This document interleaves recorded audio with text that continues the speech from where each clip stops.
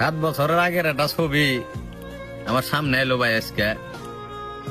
তা আমি দেখলাম এটার কমেন্ট বক্সে বহুত মানুষ কমেন্ট করছিল কলিজা, ভালোবাসা, প্রিয় ভাই, প্রিয় বন্ধু।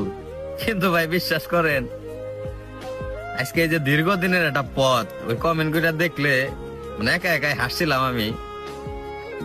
যে মানুষটা আমার এতটুক ভালোবাসা কলিজা কইলো, এতটুক ভালোবাসা আমার ভালোবাসার ভাই কইলো, অনেকটা ভালোবাসে দেখাই তো প্রিয় মানুষ কইলো, ওই মানুষগুলো আজকে এই যে দীর্ঘদিনের যে একটা গ্যাপ, ওরা কইতেও পারবো না যে আমি পাইসা আছি নাকি মরে গেছি।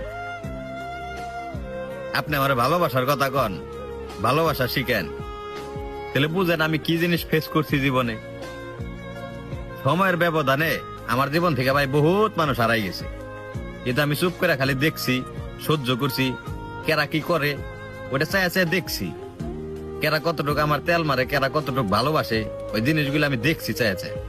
কিন্তু তাগো আমি কোনো সময় বুঝতে দেই নাই যে জিনিসগুলো আমি বুঝি। এই লেখালেখি আসলে বা একটা কথা হইলাম, ওই যে আমাগো জীবন অনেক মানুষ আছে যারা মাঝে মাঝে মনে করে যে তাগো নিয়ে আমরা পোস্ট করি না, তাগো নিয়ে আমরা স্টোরি দেই না, তাগো নিয়ে আমরা কোনো কিছু লিখি না, তার মানে তাগো আমরা ভালোবাসি না।